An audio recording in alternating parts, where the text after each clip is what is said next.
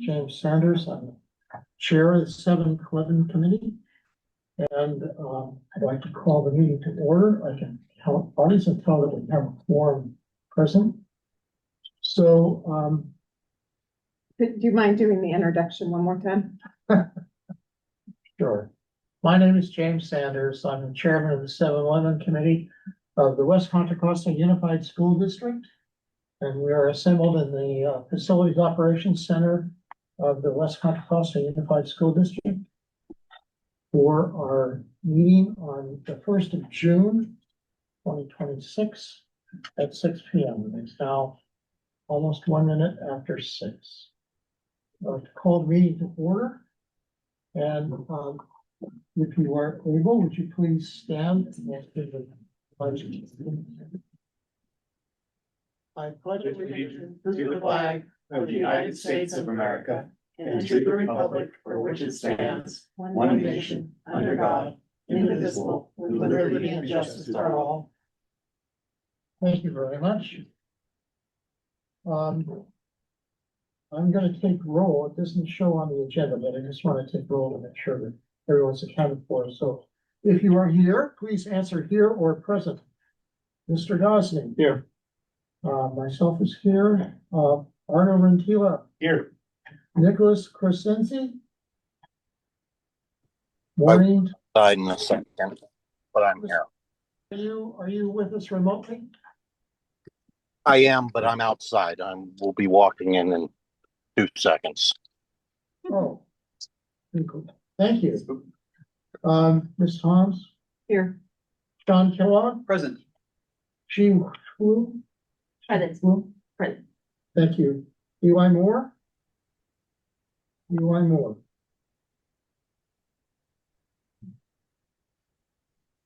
Kevin Macaria. Here. Pedro Agradano.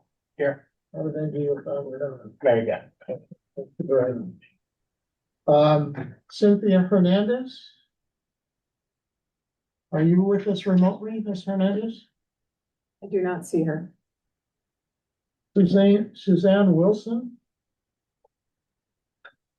Sean Dugan. Sarah Reed, very right.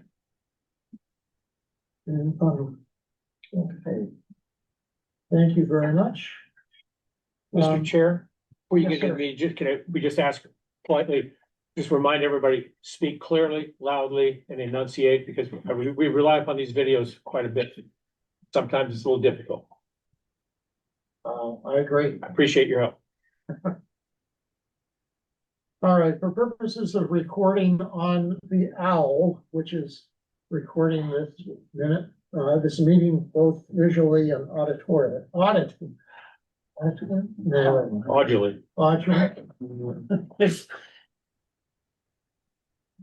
By sound.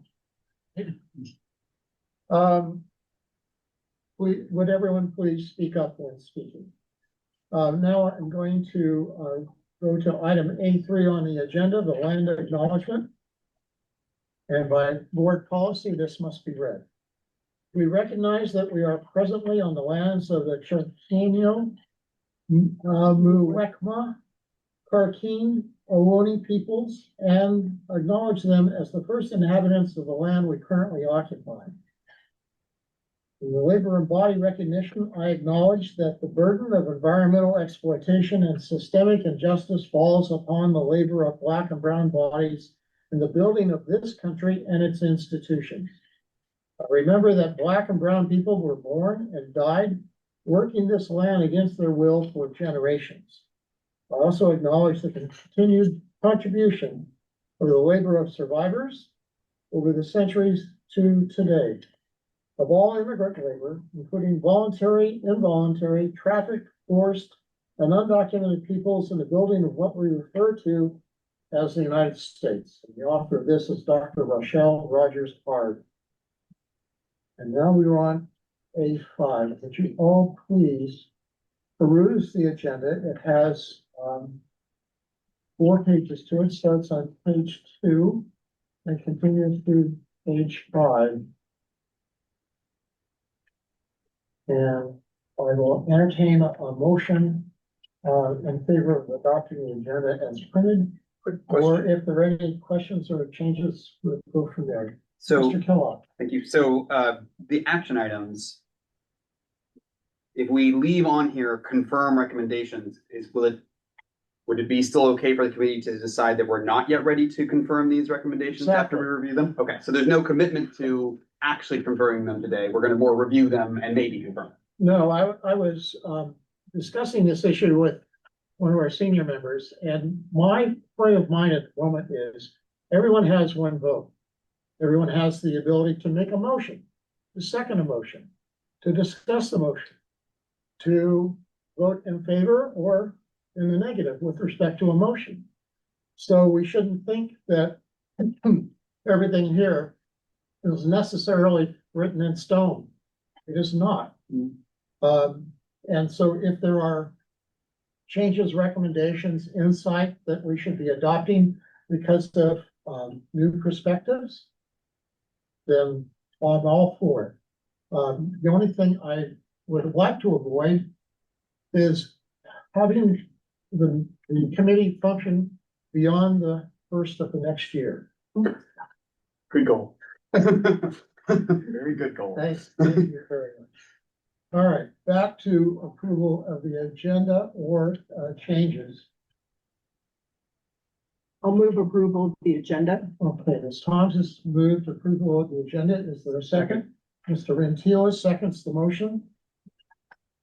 We have one more member here. Wait a moment. Hi, Mr. Moore is here. Mr. Moore, would you sign in, please?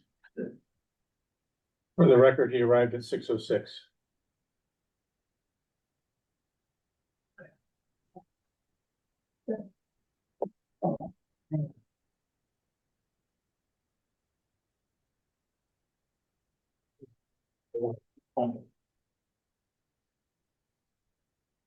I said, you'll want a treat.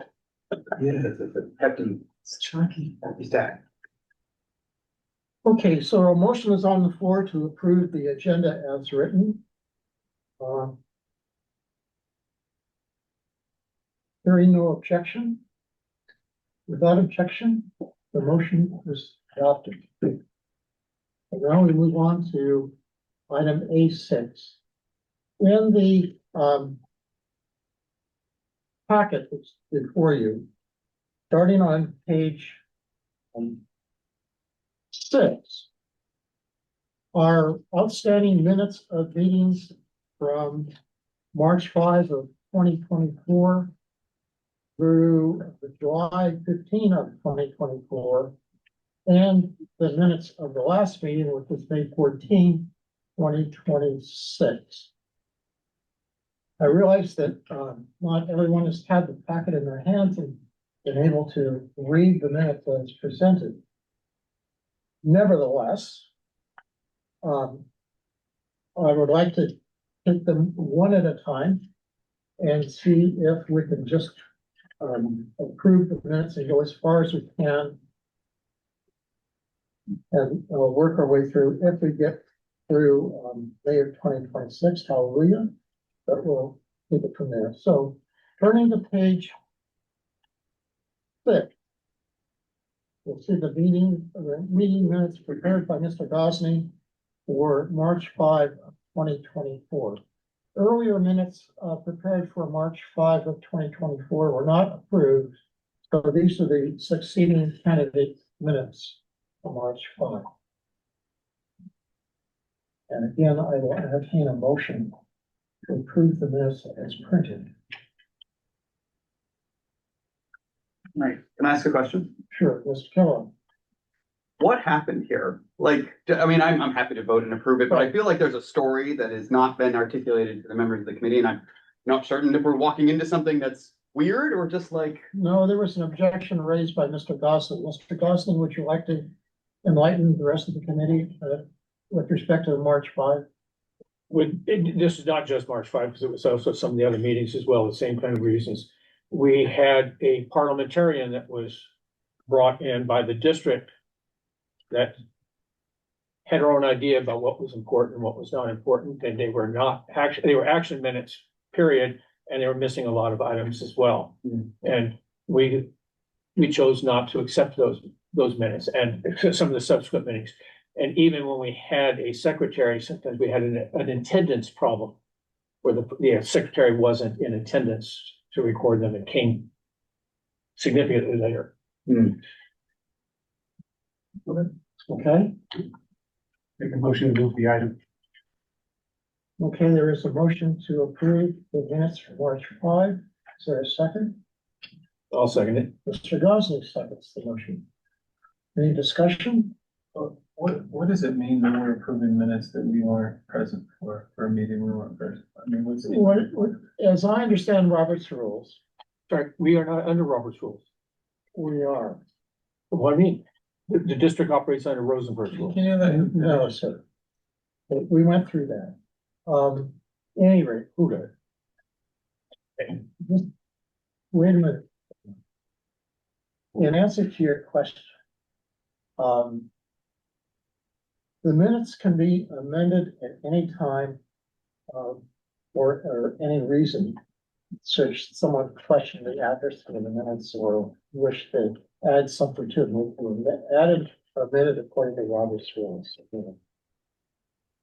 So what we're trying to do is to approve minutes that can then be attached to the report, so the report can finish that part of our task and go on to hold public hearings with respect to the draft report and get community input. And then from that stage, move on to forwarding the report with the community input to the Board of Trustees so that they can take the appropriate action with respect to those properties. So it's a procedural matter that we're trying to remedy. So to be able to check off the box that this committee in its past formation did some required activity in the process. Yes, and we're trying to create a record of what transpired in the meetings. The meetings exist in recorded form on the homepage in the facilities management department, and they can be listened to. You can also use AI tools to create transcriptions if you're curious about what went on. But it's a matter of getting out from under the burden of having these minutes of delaying us in terms of finishing our job. If you're, I can create, I already have transcriptions by AI tools of some meetings, and I can make copies for you if you would like to read them. They run approximately 60 pages per meeting. No. I don't want to waste the committee's time, but I don't know what like decisions were made at that meeting that are part of the required process. That's, well, okay. Were there any? Yes. And so, I'm just wondering to what extent it's a formality, because moving forward, we need to look at the report and what are the recommendations or what came of the report. And if folks need to see the record, they can look at video, they can look at transcriptions, they can look at the minutes and decipher. But otherwise, can I, before we go further, can I just see a show of hands? How many people here have seen the minutes for the first time tonight? 1, 2, just a show of hands. First time tonight? I've seen them already. All right. Yes. 3, 4, and 3. Mr. Madonna, you've seen the minutes before? I've seen most of the minutes before, but I've also seen a different copy as well, included with these. Okay. So that's the whole thing, is like, I got 2 different, I got which is real easy to identify Mr. Costa's minutes, and somebody else's minute in some of the other meetings. Right. Chair Sanders? How many hands do you have up? Okay, Art, and then, Ms. Hooper. Art, please. Yeah, I don't know if I want to make a substitute motion that if 50% or more are not comfortable voting on these minutes, then we could move these to the next. I'd prefer people not be uncomfortable voting on something they're. Not familiar with. Yes. Right. Cool. Here's my current. I mean, I had another question of like, if folks who were on the board or on this group committee previously, are not here to represent what was said, what wasn't said, to make corrections or whatnot. And I'm just curious as to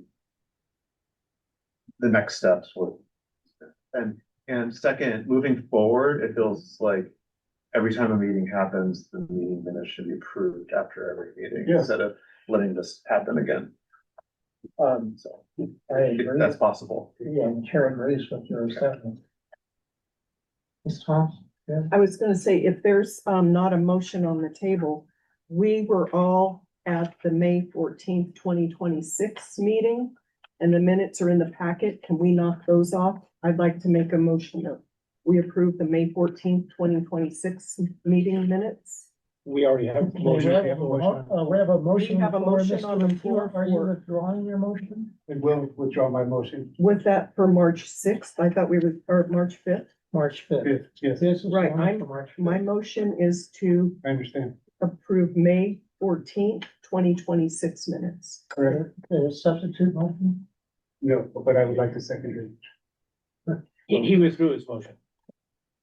I heard. Okay. Okay, so let's turn to the May 14th, which is page 43 in the packet. Do we have a second? I second. Yes. Okay. Who- Artur. I did. No, Arno made the motion. No. No. I made the motion for Okay. May Fine. 14th. Right, right. Seconded, and Mr. Kellogg was also speaking in second of the motion. I had a tough time separating the two. It's okay. All right, so draw our attention to the minutes of the 14th for this year.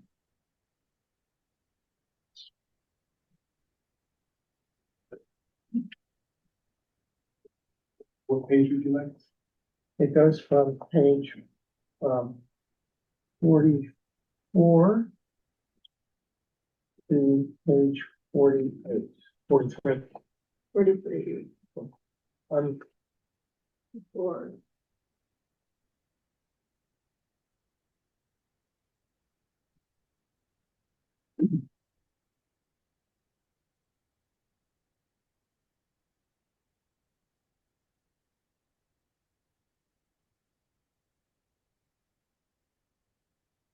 Rod, raise your hand. The minutes at the end of every section, almost every section includes the phrase, there was no solicitation of public comment. I'm curious why that was included. Like, it's a factually accurate statement, but it's also true, I didn't go to the bathroom, so that's not in there either. But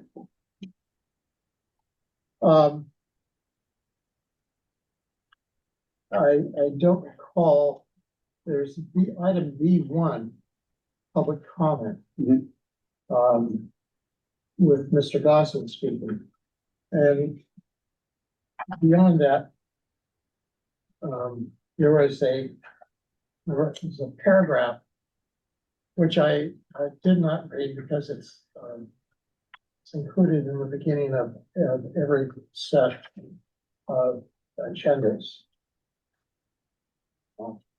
Get back to that. So on the first page of the agenda for May 14, under participating in committee meetings, there's an entire paragraph. And I think I read that, actually.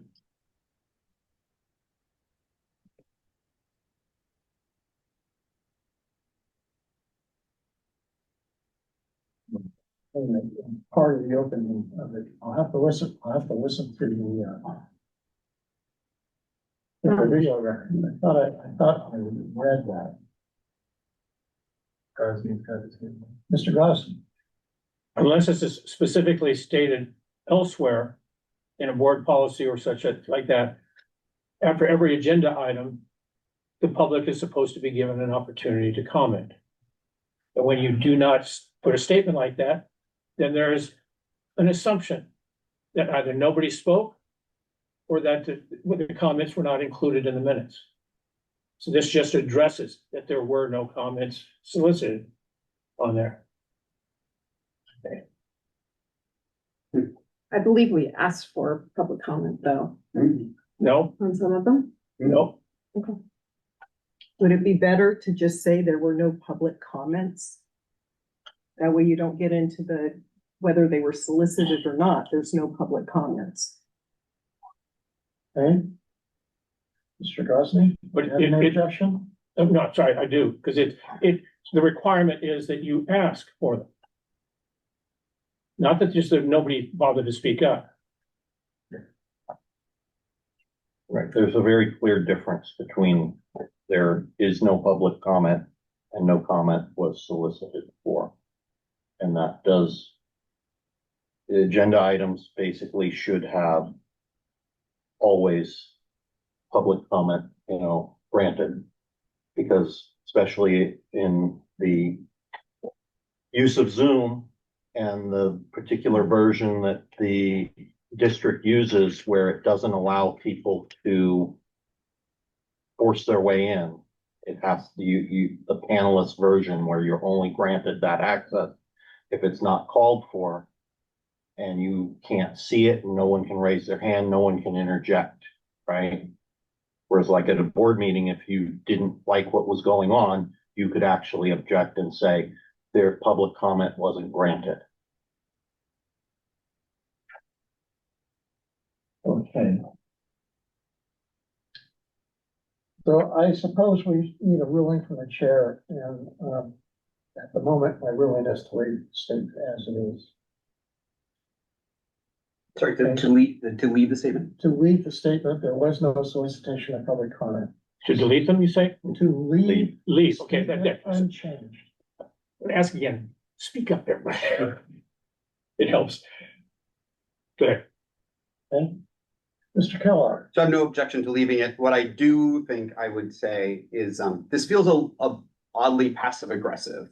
Like I suspect Mr. Gosney knew that this was the rule during the meeting and should have said at the time to the chair, hey, chair, we need to call for public comment. And that would be a lot more constructive than waiting till the next meeting to put in what reads as kind of a passive aggressive, the chair didn't do his job, Like, I think we can be better than that. So that would be my observation. Mr. O'Donnell. After every action item, Ellen did look see if there was anybody trying to make a comment or so, raise their hand for a comment. So there was somebody checking on public comment. But we just established that wasn't the case, so I don't know. And this is her second meeting. Ms. Hooper, would you like to enlighten us? I'm far from perfect, so we might have forgotten on some of the items, so I have not reviewed the meeting. I did recall that we did look for hands, but did we do it on absolutely every item? I could not confirm. Okay. Recognize that we can amend or these minutes at any time following approval of the minutes. Correct. Let us return to the simple question of the approval of the minutes. There is a motion on the floor. I believe all you need to do is call for a vote. Although you could take public comment. No, you take it after the vote. No, before the vote. Yeah. Oh, that's right. Okay. So you might want to call for public comment. I don't know who the crowd now. Sorry, it would be helpful to know, are we under Roberts or are we under the other one that is an R? At the time we established, we went through this discussion with Mr. Gosney leading the discussion in favor of something other than Robert's rules. And the parliamentarian engaging him in vigorous debate over it too. It's my understanding that we remained under Robert's rules. And Mr. Henderson is not here to correct that one way or the other, but he was here for that discussion. And so we do have somebody from his office who. I'm his partner, Serena Abrahamian. Hi, how are you? Would you like to weigh in on the discussion of the two sets of rules? Well, I guess I'm a little concerned just about where we are procedurally, because there's a motion and there's a second to approve the minutes, and now we're talking about, you know, which rules apply. So can we get through the voting on that before we have the discussion around the Roberts Rules issue? And also for my edification, what is the purpose of the question? Does it go back to the issue of whether or not those who want to abstain from voting around prior minutes can do so, just so I understand the background of the question? It gets to the question of actually how you end debate, because it's my understanding under both Roberts and the other rules that in fact a second or a motion and a second is not sufficient to call the vote. You then enter debate. And if we exhaust debate, then we can go to a vote. But to affirmatively end debate is actually a 2/3 vote, because that's denying the minority their ability to speak on the motion. So just sort of making sure we're all following the structure of Harley Pro. That's how that historically works. I mean, if you have a motion and a second, you have discussion and then there's a vote. That is typically the procedure for how this would work. Right. Right. Mr. Gosney? One of the big differences between the two sets of rules for a committee of this size, okay, is what constitutes a quorum. With Robert's Rules of Order, it is 50% plus one of the people that are on the committee. But on Rosenberg's rules, it's 50% plus one of the body, the total number that can be on the body on there. There's been a question that's come up with the city of Richmond in numerous committees and everything, where their attorneys have pointed that out as being correct. We should have 21 people, but you've only got 11 people that are actually signed up on the committee. So one person doesn't show up, you don't have a quorum. And that's one of the big reasons that there is a difference between the two. Another issue you may recall is who owns the motion. So, and I am not in position in terms of my recollection as to who controls the motion, but I believe under Rosenberg, the maker of the motion controls the motion rather than the chair of the committee. Is that not correct, sir? I'm not 100% sure on that. That wasn't an issue that I ever. Mr. Kellogg? So under Rosenberg, it's also wild because you can have 3 simultaneous motions. Mhm. And so it's the idea of controlling a motion doesn't really apply in Rosenberg. It's like, and that actually, honestly, as chair, you are responsible for managing all 3, and then you're supposed to vote in them in reverse order in which they were offered. So it's kind of a mess if you want my personal opinion on Rosenberg's. But Yeah. my understanding is that those were our default rules. All right, so, it's Ms. Hooper? Shall we call for public comment on these meeting minutes? Sure. Is there any public comment? I see no hands at this time. Okay. We're gonna take a roll call vote, if you will. So, Mr. Gosney? Yes. I vote yes. Mr. Rentila? Yes. Mr. Crescenzi? Yes. Ms. Thomas? Yes. Mr. Kellogg? Aye. Ms. G? Yes. Mr. Moore? Yeah. Mr. Makarian? Yes. Mr. Aguadano? Yes. Motion's passed unanimously. Thank you all very much. All right. Okay, since that's been a minute. Previous sets of minutes were just as contentious. That's that problem. Well, more so than one. Okay. So now we're at, oh, excuse me. May I have a motion to table the remaining minutes for the succeeding meeting so that all members of the committee can review the minutes and present. This is like the minutes, so everybody has had an opportunity to read them. Okay, there's a second to the motion. I'll second it. Sure.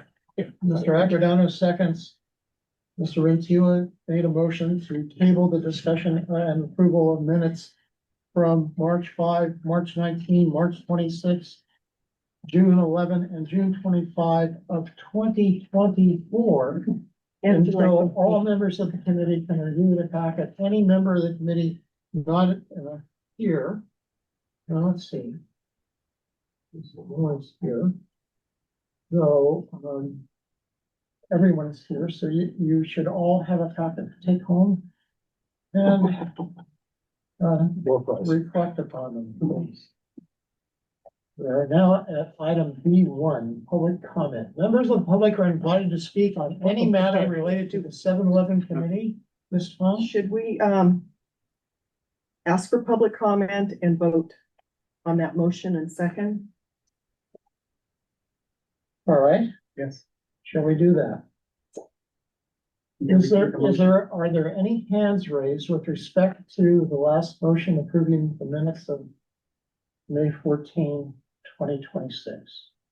I see no hands at this time. Is there any discussion in the committee? Hearing none. Moving on to item B1. Do you want to do the vote? Or roll call or? Well, the minutes were approved. Oh, the tabling of the minutes, excuse me. One more time. So the motion is to table the minutes of those dates that I read, March 5, March 19, March 26, June 11, and June 25, 2024. And July 15th. And July 15th. Thank you very much. And so the next meeting of the committee. I would call for public comment on this because your We statement, just did. but his statement was Do for we have the, any was for public the comment 16th. on the motion on the floor? I see no hands at this time. Very good. Now we'll take the roll and everyone can vote. Mr. Gosney. No. Mr. Gosney votes no. I vote yes. Mr. Rentila. Yes. Mr. Crescenzi. yes. Ms. Toms. Yes. Mr. Kellogg. Aye. Ms. G. Yes. She nods. But the record reflects she nodded. Mr. Moore. Yes. Mr. Mercario. Yes. Mr. Agrodano. Yes. Motion pass. Okay. We are now at D1 again. Thank you. Members of the public are invited to speak on any matter related to the 7-Eleven committee at this time. Members of the public may speak on individual items of interest in the agenda as the items are discussed. That's the issue that we were just working around. Are there any hands raised? We do have a public comment from Mr. Goff. Mr. Gosney. Thank you. Before we get into the actual business of this meeting, I just wanted to bring up two items for consideration, some of which we've already kind of touched on here. The first being the review of specific sections of the draft report. I want to remind everyone that what we have in front of us is not the actual draft report. It is selected sections. This means that at a subsequent meeting, once these sections have been approved and inserted into the report, we will need to vote to approve or amend. While Chair Sanders, Vice Chair Regila, and myself attended the meetings when this data was reviewed, many of you may not be as intimately familiar with what you're seeing, and more importantly, how these recommendations came about. I'm encouraging you to ask questions until you have the information you desire and need. If you feel that you are unprepared to vote, might I suggest that you speak up and suggest something other than taking a vote where you might not be as prepared as you need? The second item has to do with voting on any minutes when you did not attend the meetings or have reviewed the videos. It's going to come up for future meetings too. I'm only posing questions here. I've brought up the vagueness of the 6-page set of Rosenberg's rules and how to count votes when there is an abstention. I've participated in enough public meetings where this has come up and heard numerous legal opinions by people that actually attended law school and passed the bar. I'm suggesting that this committee might want to avail themselves of the legal counsel with us tonight that can go on record explaining how this should proceed. Presentation of our meeting minutes to the public and then the board is a legal requirement, so we don't want the approval of these minutes to be contested. This falls under the crossing the T's and dotting the I's mandate. As a person likely to have drafted 20+ sets of minutes by the time we're done, I would really like to know that everyone has read them.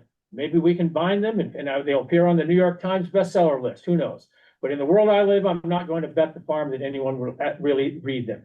Nonetheless, I'm a stickler for doing things the right way, which means presenting approved minutes where a person can peruse them and have a reasonable expectation of understanding what went on at our meetings without having to review 45+ hours of videos by the time we're done. Thank you. Mr. Moore. I know that there's been multiple state laws passed in the last couple of years related to surplus lands, related to school district lands. And that some of that happened since this committee was last convened. I think it would be really helpful if we got some kind of presentation on what those changes to the state law are.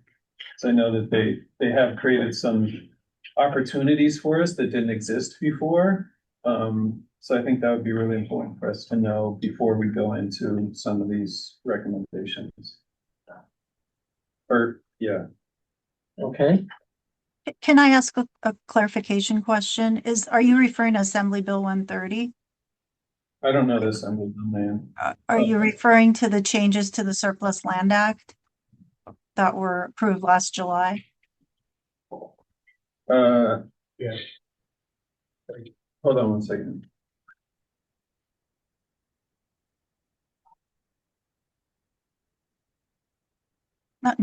Didn't mean to put you on the spot. I just want to make sure we understand what you're asking to be brought to the committee. I'm asking about so for instance, in the draft plan from last time, Any updates to that? it says the 7-11 committee did not evaluate in detail the provisions of SB 35 and AB 2295. Oh, yeah. That was already in there. And then I know there've been multiple initiatives since then. I don't know exactly what the state laws are. That's what I'd like a lawyer to answer. Mr. Chair? One moment. Ms. Abraham, is that now on your agenda for Mr. Henderson for the next meeting? Correct. Yeah. That's why I was trying to get some clarification as to what the ask is. Oh, great. Okay, good. Thank you very much. I can email later if there's, specifics that I'd like included. Okay. That works as well. Okay. Mr. Gosney? A few weeks ago, Ms. Mejia Hooper and I attended a symposium put on by the California School Boards Associations, and the legal chapter of it touched on this, pointing out even that recent legislation suggested that in our situation that a 7-11 committee may not even be required. And I was going to be requesting that we get a report on that from our attorney at some point, but it kind of touches on that. I think it's in the statute that workforce housing doesn't require a 7-11 committee. So the property is not being sold. It's when the property has the prospect of being sold that the 7-11 committee has to be the advisory body. Yes, I wish that lawyer had been more clear on things and given us actually documents. Ms. Mejia Hooper. Ms. Hooper? She was there. Well, I would just like to encourage the committee to move on to the next agenda item because it is the discussion of the recommendations. We're still in public comment. Okay. So we've wandered well away from public comment. Okay. So I was making a comment because it wasn't related to the specific item. Right. So I think that is public comment. But you're not supposed to respond to public comment. And we've now been having a discussion on it. Yeah. Because of the Brown Act, it's not actually agendized, and so public comment's kind of a one-way street for this particular portion of the meeting, because this particular portion of the meeting is referring to public comment of items not on the agenda. Okay. So. But there's plenty of room to discuss all of this in a minute. Don't wanna hamper the ability to discuss, it's just. All right, so let us close public comment and move on to item D, discussion items. D2, the draft report.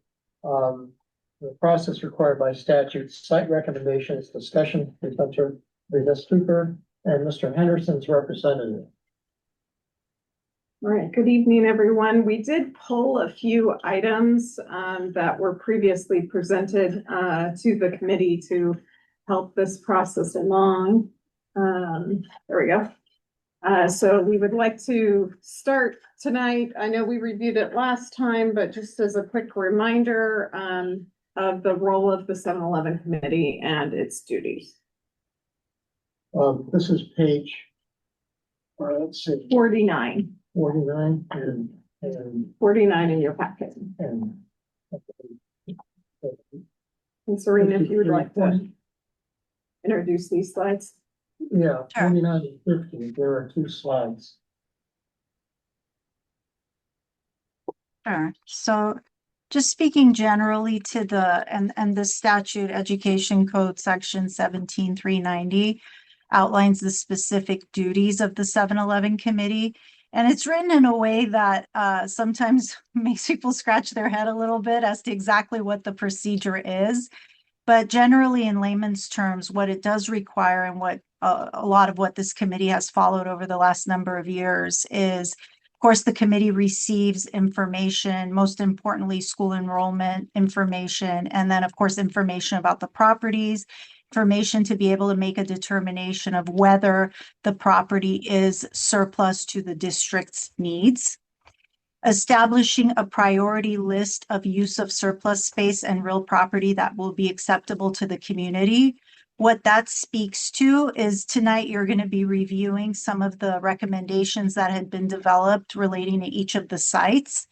So relating to those specific recommendations, when it says a priority list of use, in the old days, a lot of that used to refer to, the minimal parameters of sale, lease, exchange. As you'll see in the recommendations that are going to be reviewed tonight, I think that the committee's past work provided more information along the lines of what those recommendations can entail relating to each site and based on the specific aspects of those sites. And then once those recommendations are developed to the point where there is a meeting of the minds on the committee to bring them forward for public comment, what you see there as item C speaks to the public hearing component of the process, which is a very, very important aspect of the process. When the committee reaches the point where they have recommendations to bring forth for a public hearing process, then those recommendations, the public hearing is noticed pursuant to the typical advertising requirements that the district follows. Of course, the committee can ask for additional steps to be taken around advertising relating to the public hearing, but enough so that, of course, it's apparent to the community and they have an opportunity to come and provide their input on those recommendations. After those recommendations are received, the committee can make a determination of whether it wants to adjust the report to meet some of the community's recommendations, questions, input, and comments. And then the report would go to a final vote, including those recommendations by the committee. And then, of course, what you see there as item E is that the written report, which contains all of the background, the findings, and the recommendations would be submitted to the Board of Education for their consideration. Are there any questions around that process? I know we've talked a little bit about where the committee is right now.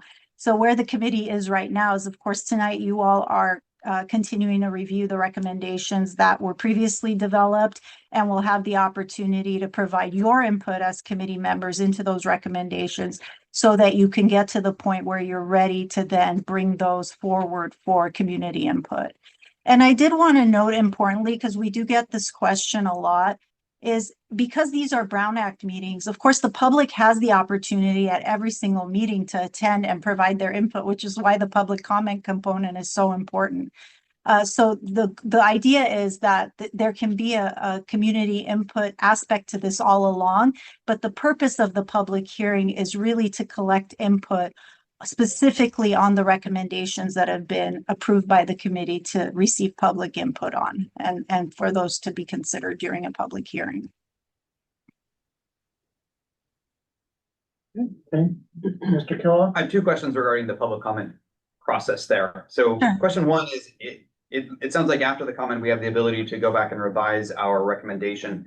Is there a level of revision that requires us to do a second round of public comment? Or Sorry. So because this is supposed to be as collaborative a process as possible with the community, and that's how the process is built, it wouldn't, you as a committee have the option of adding public hearings and an opportunity for more input if you would like. Yes, after those adjustments are made, and some committees will do that. And then secondly, sorry, if I can just. No, go ahead. During that, I'm curious only because we just talked about how public comment during this meeting is a one-way street. When we do those public sessions, will we be able to engage with the public and ask them for clarifying questions about whatever they bring up? Or is it just we sit there and listen and then we're done? You listen, and then you will have an opportunity. Typically how the agendas are built when the public hearing is on the agenda is after the public hearing component. Before the public hearing, it's helpful to have a presentation on where you are with the recommendations and what the report contains, so that the community has the opportunity to hear that and make fruitful and helpful public comments during the public hearing component. But then after you receive their input, then there would be an opportunity to have a discussion around what you've received and the information you've received, and also deliberate about, are there adjustments that you'd like to make to the report? So even though you're not directly responding, the agenda will be built in a way that you can have that ability to provide your feedback to what you're hearing from the community members. Ms. Tons? I have a question regarding, what's the requirement for public notification of the public hearings? So typically districts will follow the procedure that they utilize for noticing their public hearings for board meetings. If the committee so chooses, it can add some additional layers to that. What we've seen is, we really want you to post it at, for example, the administrative office of each school site, so that the parents who are coming at the schools know that there's an opportunity for them to come and provide public input. We want you to run an advertisement in the paper. So those are things that can be discussed. Of course, that's also subject to the resources that are available to the school district to be able to accommodate some of those requests. But the goal is so that there's enough notice and that it's been spread far and wide enough so that there isn't an argument down the road that the community didn't know or didn't have an opportunity to attend and provide their input. Okay, Mr. Antilo? Yes, before this committee can present to the public, do we have to finalize and vote on all the minutes? So I did want to touch on that. The reason why it's important to have a record of the approved minutes, and just if I can go back to the prior discussion, I didn't quite jump in the way that I expected at that point, but the goal is you're not necessarily, when you approve those prior minutes, approving the accuracy of necessarily confirming that that is in fact what occurred. What you're confirming is that the record is accurate. So based on the information that's available to the committee members who are presently here and who can vote, based on the record, based on the recordings, based on the information you are able to review, that you're confirming by voting to approve those minutes that the record is accurate. And it's important to have an accurate written record and a vote reflecting that, so that when it goes to the board for consideration, the report as a whole, that it's clear what actions were taken and what votes were taken along the way to get to that point. So to your question about whether that should be done before the recommendations are brought forth for consideration by the community, that would be a best practice, yes. Further question? The slide two? I have a question. Okay. Mr. Moss? It says that there should be a review of the projected school enrollment. Has that happened? I didn't see that in the draft report. If I may respond to that. In your package. Let's see, I can tell you in a second. It's, rather large. There is a report to the board, which is contained in your packet, and it starts around page 62, 2025-2026 demographics and enrollment projections dated February of 2026. Ms. Hooper? So previously, the enrollment data was brought forward, but since that was a question at our last meeting, we included the more up-to-date one since it was a few years ago. We did not include every school site's data information, but all of the schools that these properties are within. Boundaries we put in there just to save the few trees that we could. Because it would have been even thicker if we put the full report in. So if you were wondering why the page numbers are not consecutive, that's why. But those are the schools that are within the boundaries of or the attendance boundaries of the properties. Okay. And that goes, what we have in our hands, it's approximately, well, it's from page 62 through page 132, so it's 70 pages, I think. And, Mr. Krasinski? Just for clarification, that everybody is on the same page. When was the last meeting of the previous 7-Eleven committee? How stale is this report? I'll stare. This report, are you talking about the draft report? The draft. Or talking about the demographic report? The draft report, because, you know, there's been a year of no movement and 2 years of no movement. You are now inserting demographic data that doesn't correspond with what was made with the decisions, right? Decisions were made based on different demographic data. You see where I'm going with this? I do, but I don't, as I recall, I mean, if we'll look at the trends are similar. They all move in the same direction. The numbers will be different, but the trend is the same.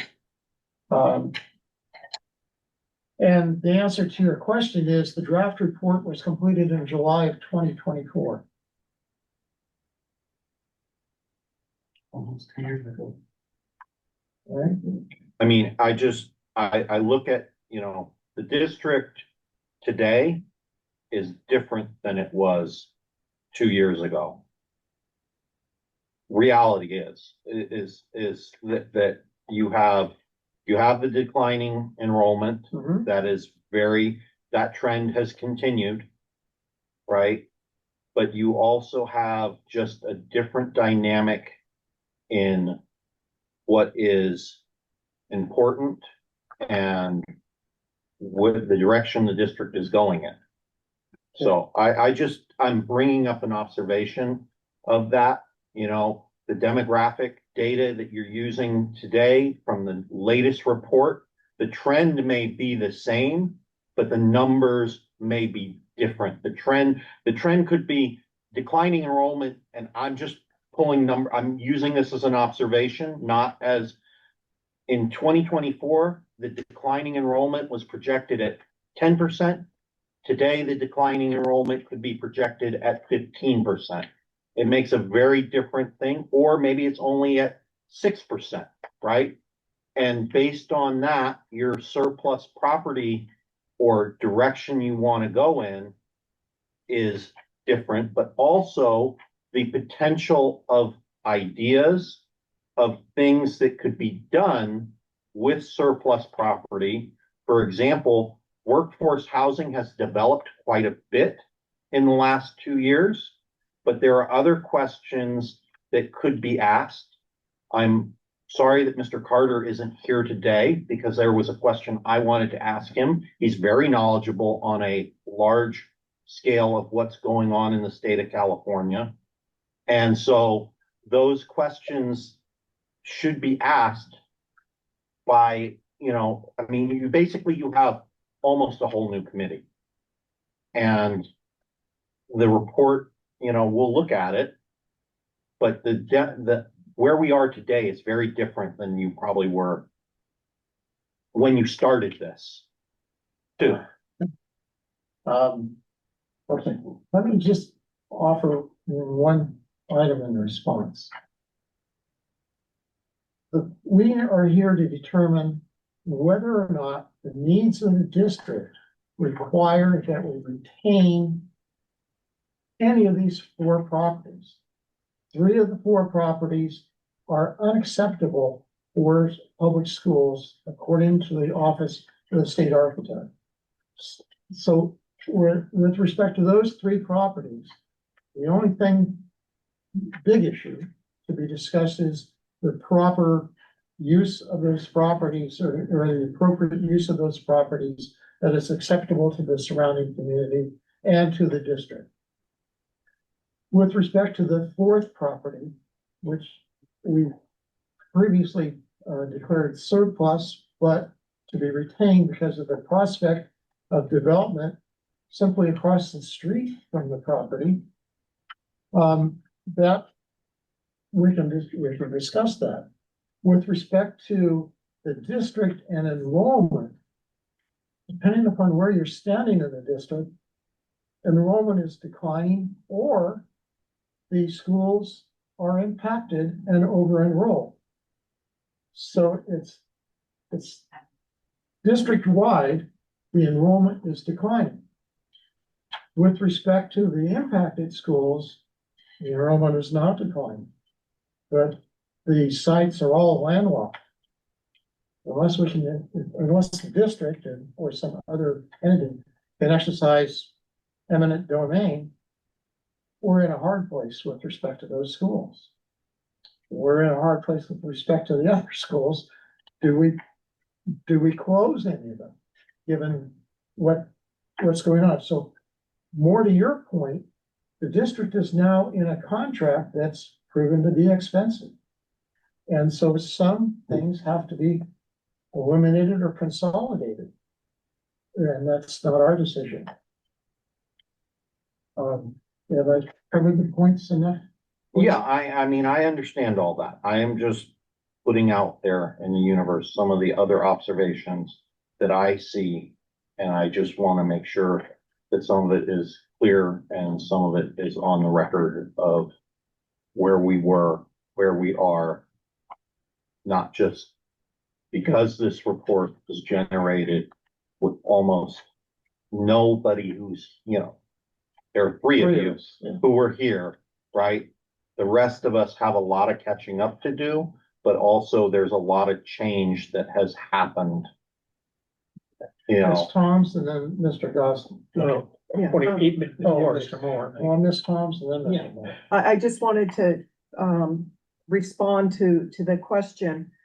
The report was prepared in 2024. However, in our packet, we have demographics that were prepared just a few months ago, February 2026. Right. So I think part of our task is going to be to review these projections, make sure that it is indeed the similar trend, and make a determination that these properties would indeed be surplus. But we have updated data that has been provided to us. Mr. Moore? Yeah, I really appreciate that too. I just wanted to say that the draft report recommendations aren't really recommendations. I mean, each one is kind of like, you could do this, or you could do that, or you could do this. So to your point, I think there's still a ton of flexibility for us to refine, revise the recommendations. They didn't really get very precise in what they were proposing in the last round. So it's still very pretty open-ended. Okay, Mr. McCarty. To add to that, I mean, you also, after this point, will present it to the public and they will also comment on it, which will then refine it, correct? Mhm. So I think we're getting kind of held up here, kind of gatekeeping it all and, preventing, we should probably jump in if you want. Okay, what I propose to do, let's see if we're finished with the slides.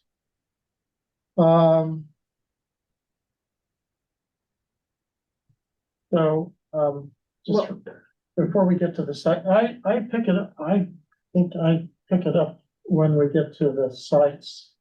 So, Ms. Hooper, if you would do me the honor of reviewing the last slide with council. So moving on to the committee's report should include, if you want to finish this slide up. Correct. And so I think you all reviewed the draft report and saw that some of these components were in fact included. So it is typically recommended, as we talked in the previous slide about, of course, enrollment data and information relating to the properties themselves, including current zoning, and just to get a better understanding of how the properties are situated and their valuation. A determination regarding the highest and best use is often incorporated if the districts have assistance in that regard to provide that information, which of course is contained in the draft report that you all have in front of you. So typically what that refers to is what is the highest and best use, is the most valuable use of the property that is legally allowed, physically possible, financially feasible, and maximizes value. So you're not looking at the current use of the property to determine the highest and best use. You're looking at what could it be developed for that could meet all of the criteria that we just identified. Additionally, there's information that districts can obtain relating to appraised value. Not all districts do that up front, just because it is a cost to do that. So in some cases, they wait till closer to the point of disposition to obtain the appraised values, which is why you see it as an optional item. But I think in this case, the district, and Ms. Hooper, please correct me if I'm wrong, the district did have a real estate consultant who did some legwork around valuation and did do the assessment of highest and best use. So you do have some of that information. Is it dated? Yes, and would need to be updated, and that would be an additional cost for the district. So just wanted to put that out there as a consideration for you all. And then lastly, you see there as the third bullet, information based on the district obtained title report to evaluate the effect of any restrictions, covenants, or reversionary clauses. Similarly to the appraisal, it is a cost to the districts to obtain preliminary title reports. I think here the district had at one point obtained those reports relating to the sites. What for this meeting, the committee will see is attached to the agenda packet is some information that our firm was able to pull off of a title database, First American, that we have access to their database and information. So what you see there is information relating to the condition of title as it currently stands based on public information that's available. So it doesn't go as far as a preliminary title report, but I think it is helpful to maybe confirm some of the title information that was previously presented to the committee. And then finally, just talking through the procedure of surplusing, we reviewed Ed Code 17390, which is, of course, the role and responsibility of the committee. Once the committee makes a recommendation, if it does make a recommendation and submits a recommendation report to the board, then the board would still have to consider and take action to deem property surplus. So submitting the report from the committee to the board does not in and of itself make any property or give any property surplus designation. The board would still have to act to accomplish that. And speaking to some of the other recommendations that were in some of what's going to be presented here shortly, there are alternatives to surplus that the board can also consider. So those are things that the board can consider along with the surplus designation. And we can give you a little more information about that when the legal parameters are brought back at the next meeting. Okay. We're now. Item B, Mr. Chair, Mr. would it be appropriate to comment on what she commented now or wait till the whole thing is done? No, that'd be appropriate to comment on what you did. Yeah, I'm happy to answer any questions. The appraisals that we had were 4 years ago, July, 4 years ago. We all got to believe that the numbers have changed. I think that having a more accurate set of valuations of the property would be appropriate before we even went to the public on that. I know there's a cost factor involved. We don't have to research the titles on that. That's primarily been done. It'd be a little fine tuning of that to make sure that everything is still the same, but at least a more proper valuation of the properties would make a big difference. I mean, if you knew you could get $10 million for it 4 years ago, but now it's $20 million, that makes a big difference in my mind. So it's just some of those numbers out there. But I think that it's something that the district ought to consider, even though there is a cost factor to it.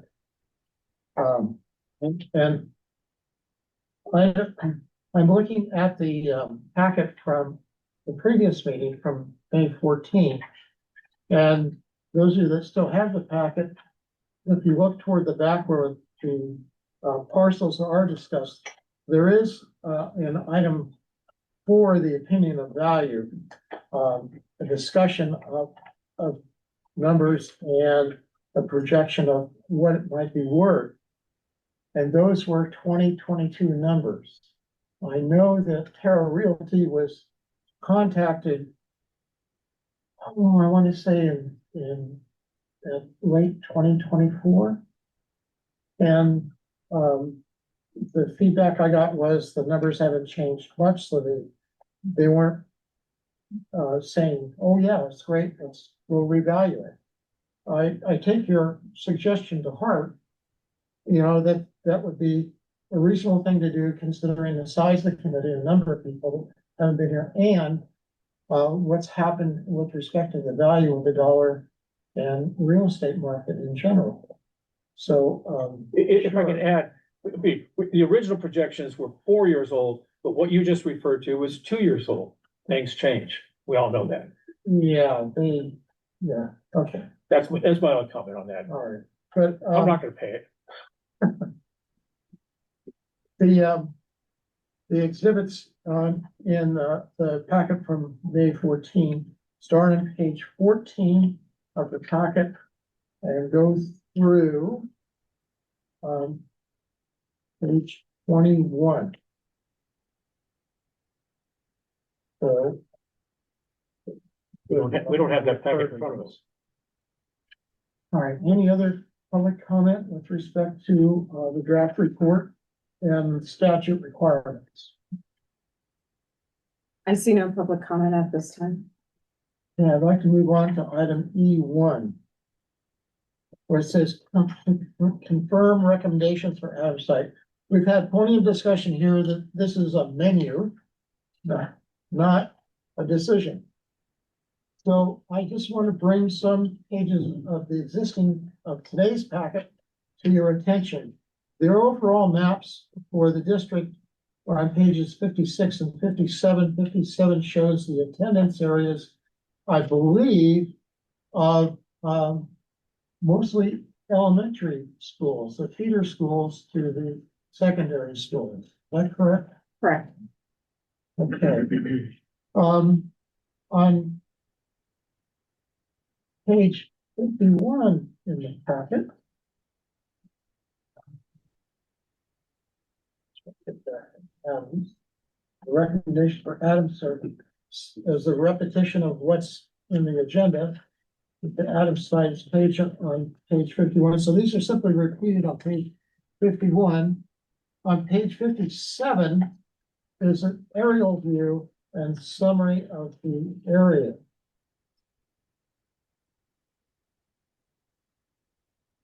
And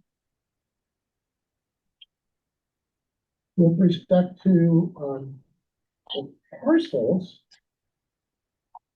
the Adams parcels are found on page 134 and 1:35. So the Adams site was assembled by a number of parcels. And in the illustration on page 134, what you do not see are all the utilities that run through the site. There are a number of utility lines of one description or another: power, sewer, gas, water. And so it's not a simple deal. The site was assembled from a number of parcels. I'm looking at 5, I believe. You see the utilities, these are underground? They're underground. Thank you. You might recall that we looked at the parcel map, black and white one, that had those lines running through it. Of course, I'm thinking, okay, those are not topographical. What are they? And they were identified at that time as gas lines and utilities of one sort or another. So it's not a matter of just scraping off the building and starting to build.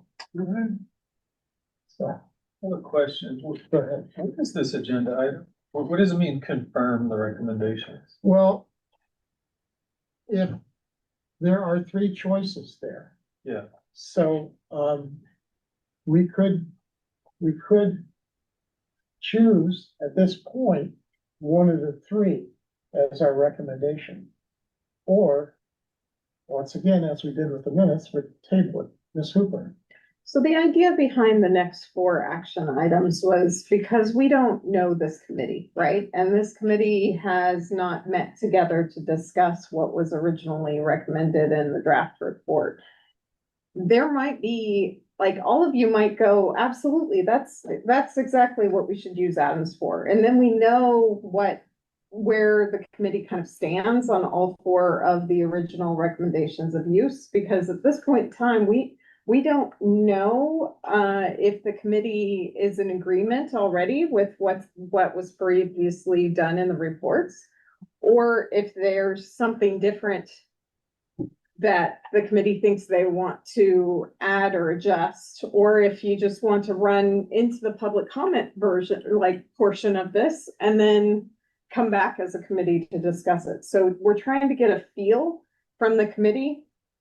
Is the existing recommendations already what you guys were thinking too? And if so, then great, that site's settled. And that's why you see them as 4 separate items, because some of these, everybody might be in total agreement, like, yeah, that makes perfect sense for that site. And some of them you might be like, I really think that it should be such and such, right? I think it should be a park. I think it should be I don't know, whatever. So that was the purpose behind why these are put forward as action items, is like, where does this group stand? And if you guys have if you're already kind of in agreement with what the previous committee thought, or if you have totally different ideas. Thanks, that's okay. Mr. O'Toole? I'm sort of getting mixed messages from this whole exercise, because last week the attorney said, hey, we could wrap it up in 1 meeting. And now you're saying, well, Well, and that's what we're trying to figure out. If we went through, hypothetically, right? We went through all 4 of these recommendations and the committee was like, yep, we think we should move forward with public hearing with that recommendation. Yep, think we should move. And you say that tonight, we could set our public hearings for 2 weeks from now or 3 weeks from now. And then if the community's like, gosh, you guys nailed it. You come back and you say, you know what, the community's with us. We all agree. Voila, you could be done. But if there's a lot of disagreement, or if there's additional refinements that want to be done, then it's going to be a longer process. but it would just take a majority vote. Yes, it would. Mr. McCray? Is it possible for me to comment on this property right now? Can I just Well, that's what that was what this was supposed to be. I mean, Yes. this is the subject property. Yes, go ahead. Okay, So I've done some thinking about this. I'll correct. So a couple things. I made a comment last time that the earthquake fault was closer cutting through the site. That's actually incorrect. I did go back and look at the Alquist Priolo zones, which is an earthquake fault zone. It's actually up the street on Arlington, to be correct. And you're required to do a 50-foot setback for any structures. For those who know architecture and development, that's it's a big chunk of the setback, but it's a fairly large site.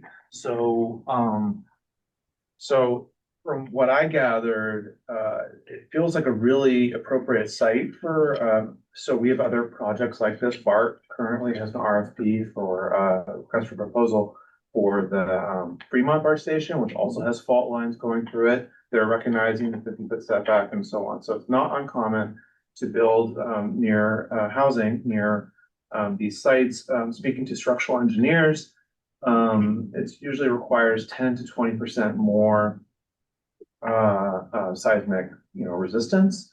But it's otherwise adequate for housing, not for schools, but for housing. And so, so what I found about this site is that it's also really centrally located to the whole district, which makes it really accessible to almost all the schools. So I felt like this was actually the best candidate, in my opinion, for workforce housing for those reasons: the geographic centeredness of it, and the fact that also it may not command like the highest market value for townhomes or whatnot. I think if for some reason in an RFP process the school district did not get the responses that they wanted from affordable housing developers or developers who can develop workforce housing, then sure, you could designate it as surplus and go out to the market for it. But it felt like the most suitable site, in my opinion, for workforce housing, which I've experienced working on. So the only downside to it is just one more bit of information is that it's in a moderate resource area in terms of income levels, which for tax credit funding for affordable housing, it makes it somewhat competitive, not as competitive as a high resource area like the Portola site, which is in El Cerrito. So that it may be harder for an affordable housing developer to get the financing for it, but we shouldn't let that get in the way of, like, I think, testing the water and then seeing what, if you didn't deem it as surplus and you decided to go through an RFP process to see what response you get. Mr. Krasinski, and then Ms. Bond. Just as a question of where the committee went with the in-depth of what they looked at as possibilities, right? And this goes way into the weeds, but these are things that should have been considered at the time. And so I don't know whether they were asked. But for example, this is a building, it's a property. Most of it is not, it doesn't have structures on it. The district could, there are two things, getting off track. One, the schools, was it looked at which schools are having most of the younger teachers, the teachers who are going to need workforce housing, the entry level? Where is that population? Did the committee look at that aspect of this? Because one thing that I look at is this is a very large building. From what I understand, it's still in good condition. The district office itself is actually in a very prime location for workforce housing of its location. It's better suited for development. It's near a park, that sort of stuff. Was that ever considered when the committee considered making its recommendations of movement like that? Moving the district office into this building and surplusing In the answer other to your part. last question, Lebanon Thistle was not discussed. But just there. The building itself, in my retired teachers group, we have a member of the first class that attended Adams. And the building itself was built on rollers to try and mitigate the potential damage from a shaker, from an earthquake. However, Ms. Hooper's predecessor on this committee advised me that the structural elements on the multiple floors were inadequate, and that the building was forecast to pancake should we have a sufficient earthquake. With respect to what Mr. McCurry was talking about, the visible trace of the Hayward Fault, you can walk to 1494 Olive, I believe, is you can actually go online and follow the visible trace. And so you can see the ground shifting. The fault really runs where the buildings of residences stop. That's where the fault line is. It's a matter of 500 feet, as I understand the Alpharetta Priolo map, the zone. So unfortunately, Adams is less than 500 feet. It's still pretty far from the visible trace, but it's not far enough. So if that's why the state architect will not permit another school there. And of course, Did I cover it? Yes. Just to give you an insight of Adams, the building, I've been in there several times. All the electrical has been gutted. Now there's constantly break-ins in there. The walls have huge holes from people just doing everything. There's constantly break-ins into there. My thing and my concern is that building is a potential for a huge lawsuit for the district if it doesn't get torn down soon. Because right now, the only alarm working on there has to be through car batteries that we have to go change. So there's no lighting, there's no water on there. Mr. Rentilo. I did want to remind the previous committee that when we discussed Adams Junior High, we also discussed it, when we did our walkthrough, we discussed it would be three, we could see it as three separate properties because of the way it was tiered. Yeah. And that it could be sold as three different properties. It may be the wise course of action, given the number of new members of this committee, to have another site visit. Yeah. So we can all go up there. I was on the staff at Adams Middle School for a while, and so I'm familiar with how it used to look. But it's a derelict building. Mr. Mercari and then Ms. Thompson, if that's all right. So my other kind of observation about this is that I really appreciate what the UCE garden is doing at the portfolio site, but I was wondering if they could be relocated here to maximize the potential of that site. So There was at one time a community garden at the site, which included some of the members of the UC Master Gardener Program. I know that because they're friends.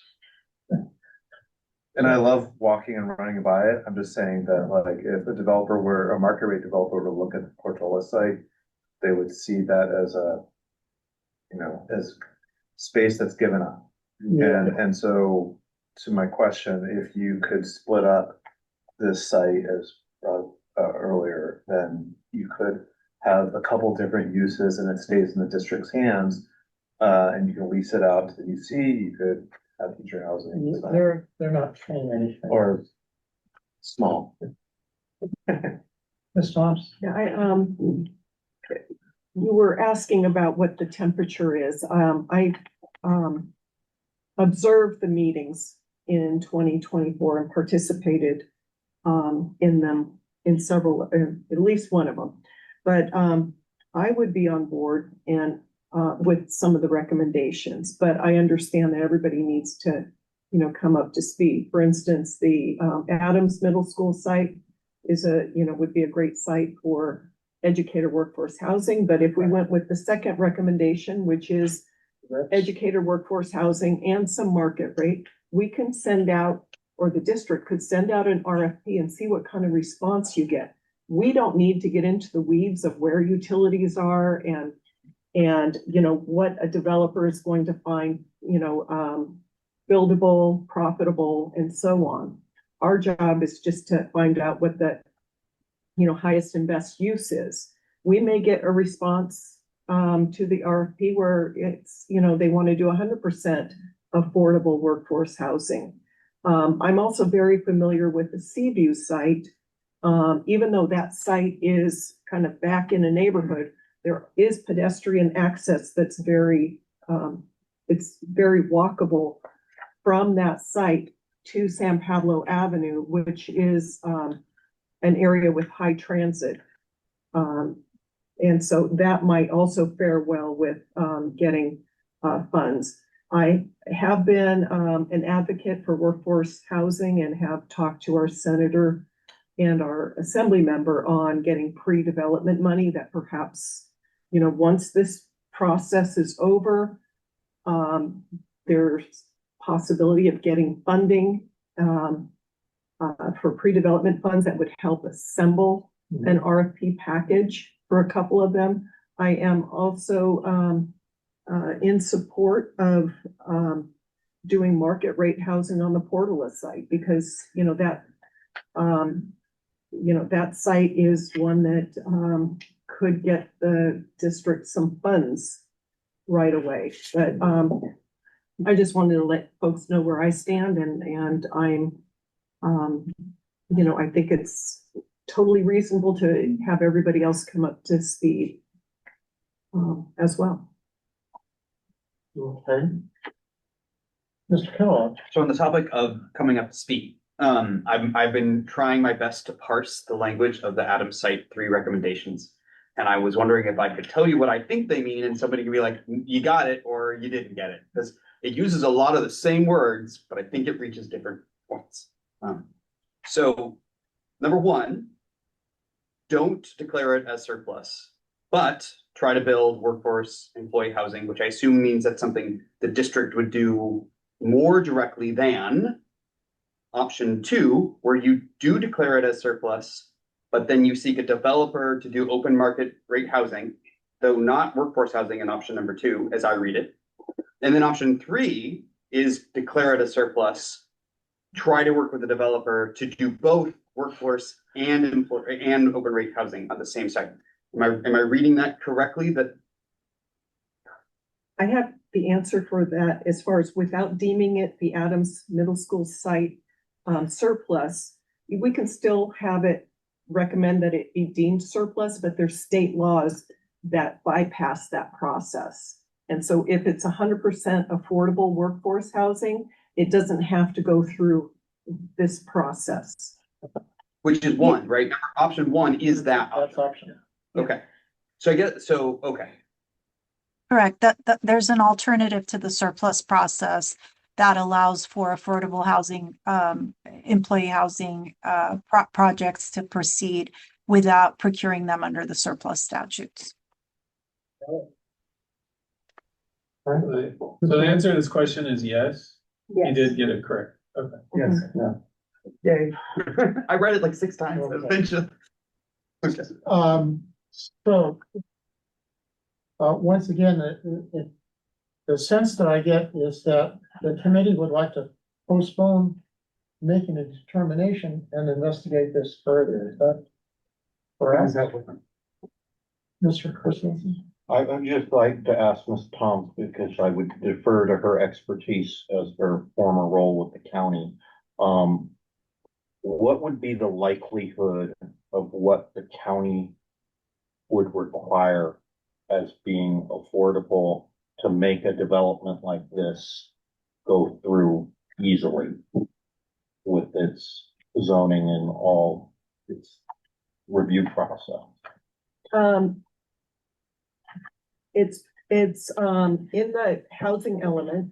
So, I mean, it's very likely to go forward. In fact, I believe there's some affordable housing projects that don't even require a lot of a certain level of entitlements. And, you know, it's very likely that it would get approved as, workforce housing.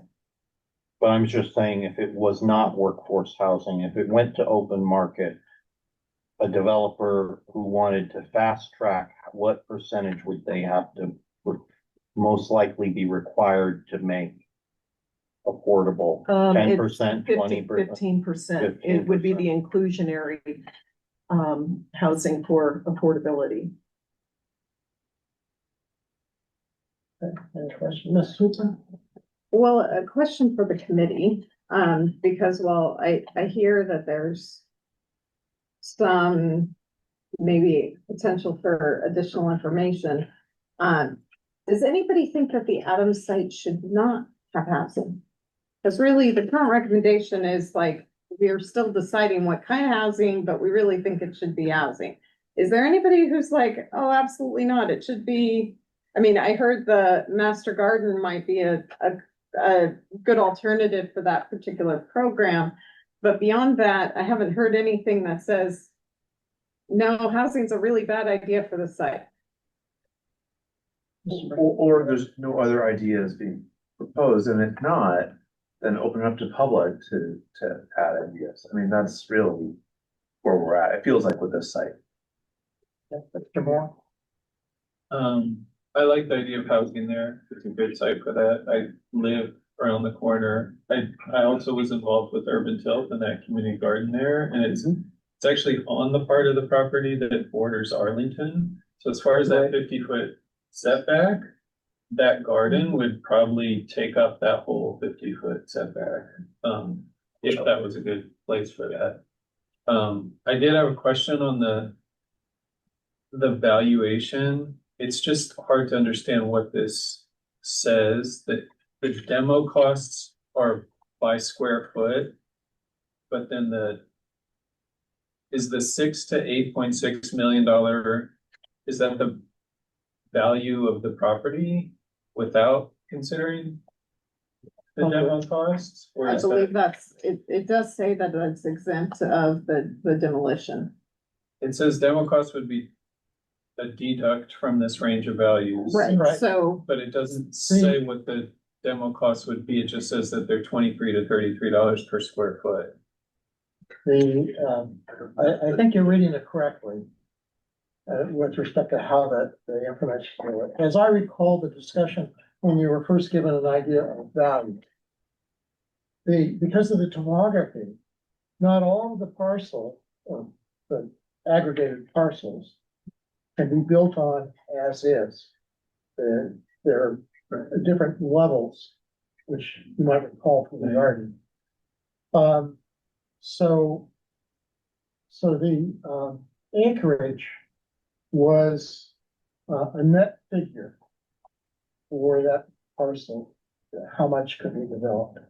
And I think that affected the opinion of value.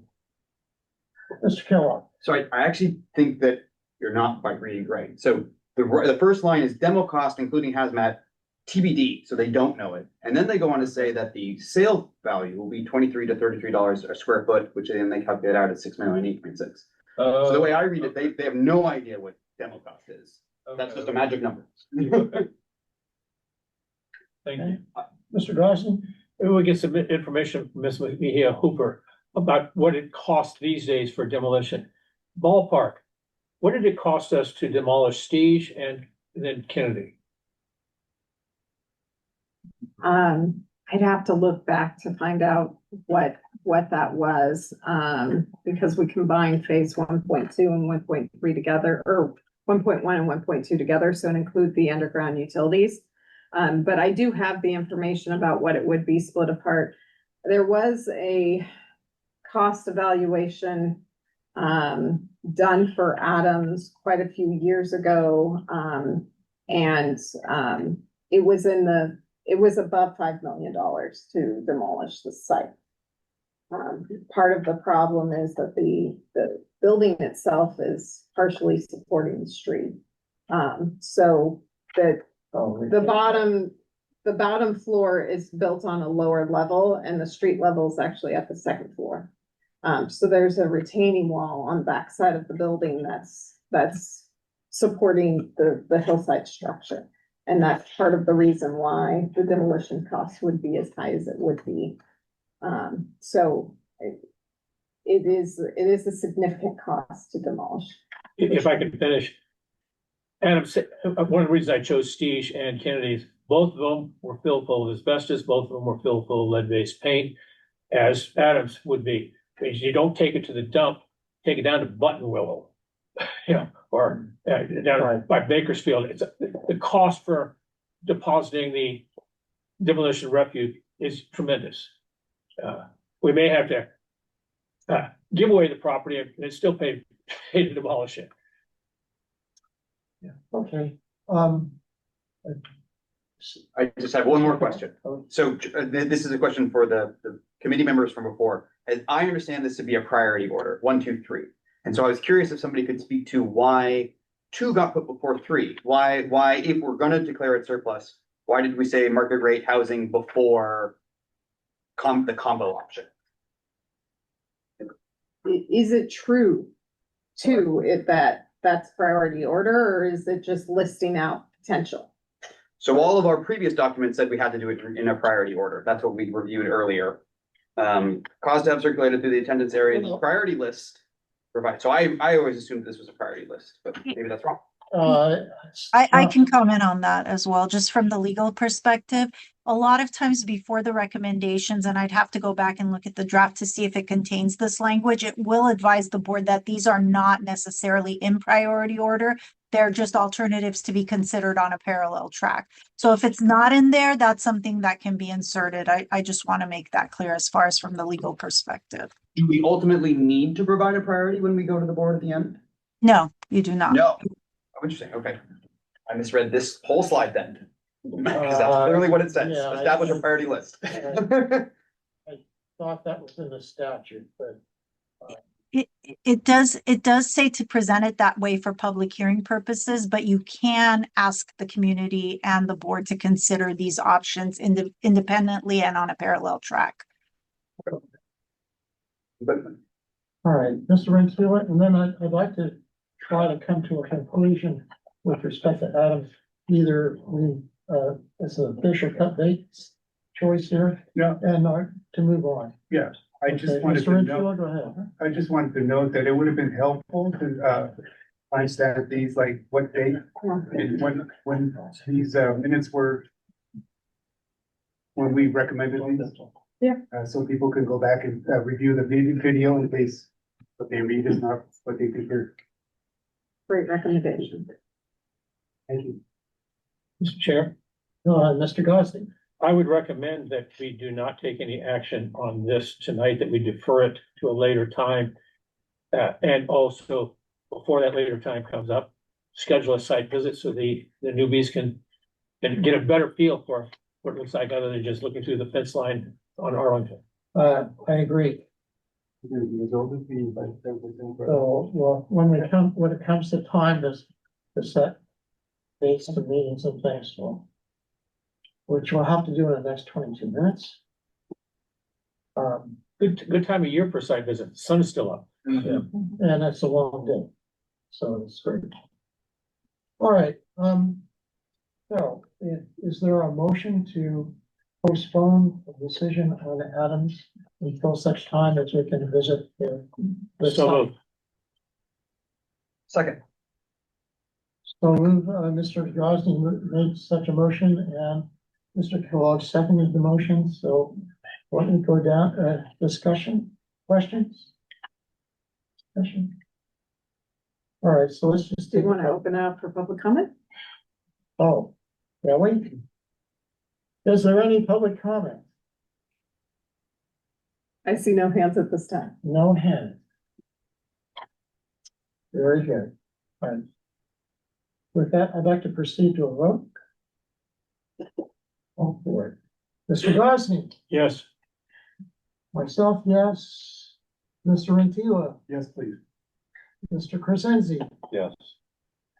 Ms. Toms, Yes. Mr. Kellogg. Aye. She, Yes. Mr. Moore, Yes. Mr. McCarrion. Yes. Mr. Agrodano, Yes. it's unanimous. All right, so, Okay. before we go further, can we choose a date for this? One question about the site visit. Any chance that we can actually step inside something and see how damaged it is? Mr. Agrodano, what's your, No. Okay, The reason why, the district has already established that not even staff should be in there unless it's, not an emergency to be present in there. It's also firmly boarded, so we would have to bring security screwdrivers and whatnot to take off. I have that in my truck then. But just, for safety reasons, liability and insurance, and the fact that, too many break-ins in there and they've been playing with the walls, which would have asbestos boards, so potentially there's that risk of exposing the members to that hazard, which I, from the district, would not advise the district to allow it. okay, I have the June calendar in front of me. On the 15th of June, which will be 2 weeks hence, another Monday. What we did before in the earlier iteration of the committee was to both visit the site and then reconvene here. So, I would like to, Mr. Gosney, 15th is the same night as the CBOC meeting. cancel that. Let us try another day. Ellen can't be in two places at the same time. Me Nor either. can you. Yeah. 22nd of June. Works for me. I'll move the other way. 1 week from tonight? No. No, 22nd would work, but 22nd. Works? it Yes. works for everyone else. Can I give you a show of hands? Does the 22nd of June work? Dear God. So, Should we try to visit both Adams and Portola since they're relatively close to one another? we can do that. Yeah. We do Okay. that. Close Portola, Where it is. just looking at the grass, yeah. It's not complicated. No, So we should- Nor is we Adams. can look at the, Master Gardener site, consider the, translation of Master Gardener site, portal into Adams. The appropriate. Mr. Winfield? So the last time I believe we met up there at 5:30 or so and then came down here. Is that what you have in mind? Rather than 6 o'clock, Right. 5:30 would be I fine. mean, if it's, But I think if people, some people work for a living. Oh, who's that? Mr. McCarrion? I mean, it's fun. Which 5:30? site would you visit first? no, it'd just be the Adams. No, they we wanna have, go by we have Portola a, too. we have a twofer. The suggestion of Portola and Adams. Portola would not take long, and there's adequate parking on the street. And we could see the garden first and then go to Yeah. Adams and see if it could maybe fit there. So, the Portola site. Let's see, since we want to see the Master Gardener, downslope from Navalier on Portola at 5:30 PM on the 22nd of June. I'm sorry, you suggesting Portola first? Portola first At 5:30. at 5:30, the 22nd of June. At the, what's it, the swim center or whatever that is? No, well, the swim center is bordered between Mosher and Portola. Yeah. But the Master Gardener portion of the Portola site, Oh, so we'll It's see, on Portola. we'll see the master gardener so site. you'll see the Master Gardener site. And I would say park a little uphill from the Master Gardener site. So it's an easy walk down. So we're looking at right here in case people are more map oriented. Right across the street from the power Right. station. Am Yeah. I listening correctly too? Right, Yes, okay. so, northwest corner of the parcel, before you get to the Invictus Academy. Oh, on that side, okay, yeah. Yeah, that's Portola. Instead of On the the side of park Costa. side. Lots of, there's The no, street's called Portula. Yeah. I It is. still think of that school as Portula, so. it is, everything. It's really convenient. School street, All right, Stop. Mr. Rinfield and then Mr. Gosney. Yeah, real quick, so when, the Master Gardeners did a presentation here, I thought we had made, or the group, the rest of you had made a commitment to them of some type. But I don't recall if it was like giving them that property for a couple of years In or, perpetuity. yes, Um, we need to find that out as well. It's still Right, Mr. recommendation to the, Gosney? it's still a recommendation to the board. We didn't make any decisions, except maybe pass it on. Okay, yeah. I don't think it ever came up. it is in the recommendations. Number 5. What I was gonna suggest, Mr. Chairman, is, I actually was able to go inside the garden area, and I can provide photographs that we can put them down in this, spreadsheets and forward them out to people, because you're only gonna be able to look through the fence line. Not best view. Mr. Agrodon, do we have a gate? I can check, see if it's district gate, locked, but I'm not sure. Okay. So I can, definitely email, There would be the, because I can swing by there tomorrow. the site with the portables. If we get on the grounds, we can look uphill. Yeah, but we can definitely get into the And then Invictus this- campus, that's not a problem.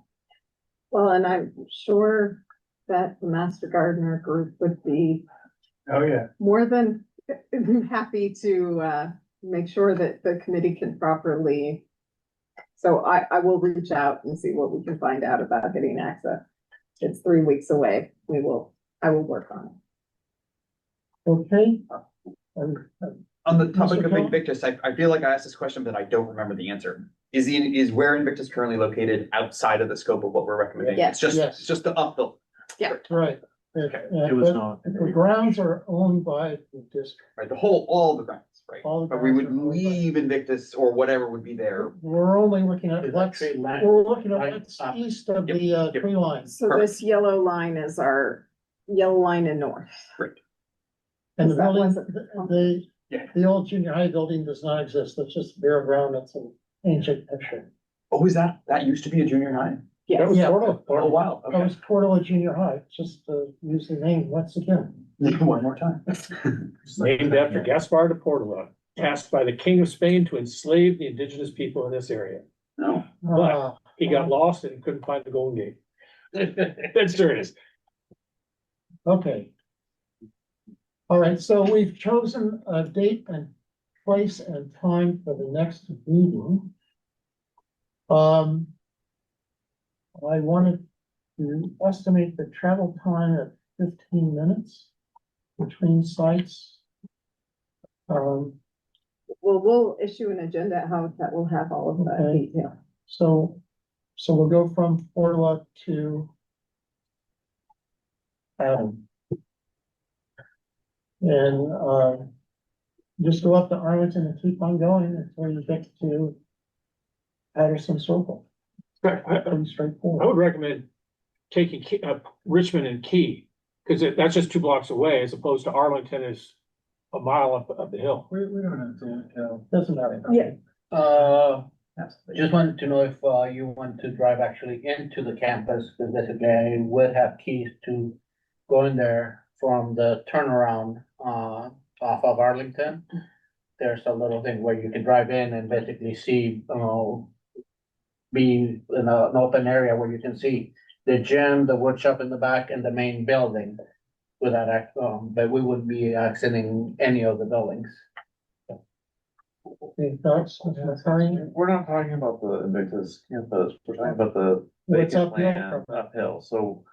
I think he was talking That about was Adam. Adam. Adam, I'm sorry. I believe that last time we Yeah. came through a gate in the lower, yeah. I guess called southwest corner, It's the same one. or northwest corner, I apologize. Could come off of Ralston and go up Yeah. to Warren. There's a gate there. But on the west side of the campus or Patterson Circle is where I came before. Patterson Circle is the main, you know, where the main entrance See, is. see the loop right there? This one. Yeah, that, no, the other, the higher one. Where's your finger pointing? Uh, Yeah, turn on the laser. It's, I actually did have one, but don't have it with me. But like, Again, we can set out an agenda. We will show where the entrance Right. gates are. like the gate right going? here this is Harlington. You would come here and then go here. I could have this open and we can be here, the main building, gym, shop over here. So Okay. basically you would be able to park right in here and look at it. Or park on Patterson Circle and walk through the gate. Sounds great. But it's whichever you guys want it. Basically I would have the key. But that the you- gate is on the southwest corner of. The Patterson gate Circle. right here. Are we debating which gate? Just the rendezvous. Moving on. It'll be on the agenda. Yeah. Okay. Just a reminder, this is a public meeting and we have to notice the public to We will, invite them. Yeah, it'll be on the agenda, guys. No, you gotta go beyond it, just putting it in the agenda. And we've got neighborhood councils right in there, for instance, that, we had 50 people because of that, just letting them know last time, as opposed to what we have here. Mr. McEwen is still on neighborhood council. Maybe we play out the word. Sure. Okay, and then, will you talk to the communications people and they can put it up? All right, and the possible time for that would be 5:45, 6 p.m. 6 p.m. that time. Okay. I have 8 minutes on. Let me, move on to, Before we do so, do we want to call for public comment on this topic? I know, it's fun, you right? guys are very good. I'm trying to save embarrassing minutes. I'm appreciating everybody's assistance. Making it a lot easier. Is there any public comment on Adams and the? it also gives ample time for somebody to raise their hand, but I see no hands at this I time. see no hand. Right? Okay. E2, Harmon Knolls. There's only one recommendation. And that is the board not deem Harmon Knolls surplus. Good question. Didn't we just, wasn't the motion to, continue all of these? I'm sorry. I don't believe the motion was to continue all of them. Okay. It was Thank you. just for the Adams site. That's for the Adams site. Right. And then we skipped forward to next meeting dates, but I wasn't going there. I didn't realize there was a motion. We didn't vote. did we? Yes, we did. We voted Yeah. on table the Adams site. That's, Yeah. Roll call vote. The Adams side, right? right. That was just Correct. the Adams site. That was just Adams. So, so I'm moving on to E2. The Harmon Knolls site. So previously, the committee has then constituted and recommended that we not declare the property surplus, that the district may need the property for future educational purposes, including a potential new school site. And the reason is that Hilltop is to be redeveloped eventually as housing. And it's directly across the street. Now, with respect to schools in the area, and Mr. Agrodano, once again, would you comment on the condition of Bayview and Highland? They are contiguous schools with the Harmon Knolls. Bayview is in probably better shape than Highland. Both are probably in need to be modernized. Ms. Hooper? So Bayview was modernized. There was also new construction that was completed back in the early 2000s, I believe, maybe the late 90s. So while that happens to be close to 26 years ago. So there are needs on those campuses. Its enrollment is not high at the moment. There's a lot more building than there are number of students at Bayview. Highland, has not seen substantial, work since its original construction. There was a light, modernization that was done in the early nineties. But it was much less, extensive than what was done at Bayview. So there are major needs at the Highland campus, and in the 2016 facilities master plan, we are aware that they, especially the backside of the Highland campus, is undocumented bill. So putting new facilities in that area would be extremely expensive, for the amount of structural, reinforcement that would need to be completed on the hillside. So you basically would have to build your new buildings where they currently are, which is hard to do when there's kids there. So, in the 2016 master plan, it was recommended that if we were going to rebuild Highland, that the Harmon Knoll site would be the appropriate site for that to occur. Try to wrap all that into True. Okay, there's 4 only, minutes. there's only one recommendation for the Harmon Knoll site, Mr. Gosney. I need to preface this by saying that Mr. Rentiel and I are very good friends, and I hope that by the time we get out of here, we're still good friends. But when it comes to building a new school there, need has nothing to do with it. Okay, now, if the city of Richmond wants the owner of the property, Hilltop Mall, to put in a tremendous amount of housing to meet their needs on there, we're talking neighborhood of 3,000 to 3,500 elementary school kids, if they go with that. That's 11 elementary schools that they would have to put in there. But that's if Prologis, the owner, goes along with the recommendations, or they could sit on that property for a very long time. But then we've got the issue of building a school possibly at Harmon Knolls, where that site right now. Can't do that without money. Okay, right now, if you look at your property tax bill, you see 9 items on there that say WCCUSD. You've got to pay off a tremendous amount of the indebtedness before we can sell any new bonds. We're talking maybe 9 years from now before you can sell a new bond, if you can get the voters of this West County to vote to approve the bond.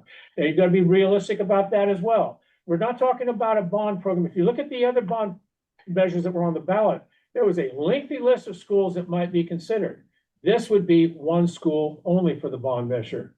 So why would the good people of Kensington at one end or Hercules at the other vote to indebt themselves for another 40 years when their kids are never, ever going to even see that school? I mean, I'm just saying, it's not likely that we're going to be able to pass a bond measure in the next 15 years for that school.